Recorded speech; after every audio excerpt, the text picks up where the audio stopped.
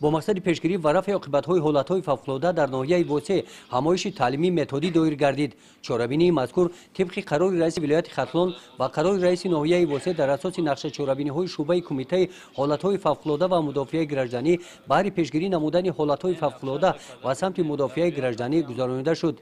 در این چاره‌بینی سمت فعالیت شعبه کمیته حالت‌های فوق‌العاده و مدافع گردنی در ناحیه واسع در 10 ماه سال روان جنبش گردید.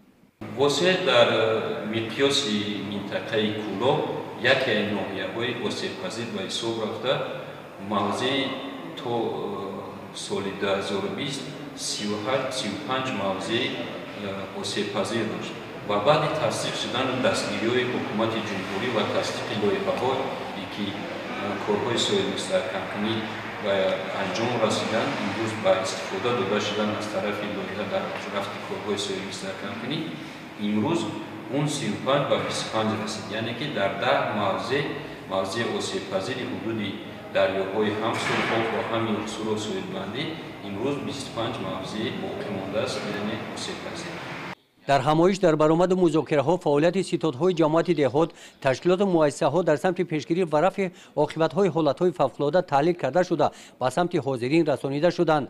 قید گردید که با دستگیری کمیته حالت‌های فوق‌العاده و مدافع گردنی در 8 جماعت‌های دهات دسته‌های اختیاری تشکیل گردیده همه آنها با اسباب و لوازمات‌های مخصوص که مبلغ زیاده از 68000 سومانی را تشکیل می‌دهد تامین گردیدند. متاسفانه از سال 2017 تا امروز قسم زیادی این لوازمات‌ها در جماعت‌های دهات موجود نیستند. از 8 جماعت دهات در این همایش تنها 2 نماینده اشتراک نمودند و خلاص. فعالیت ناکفایه جماعت شهرک هولبوگ و بی‌پروایی رهبری آن در این سمت با اظهار نگرانی ابراز کرده شد.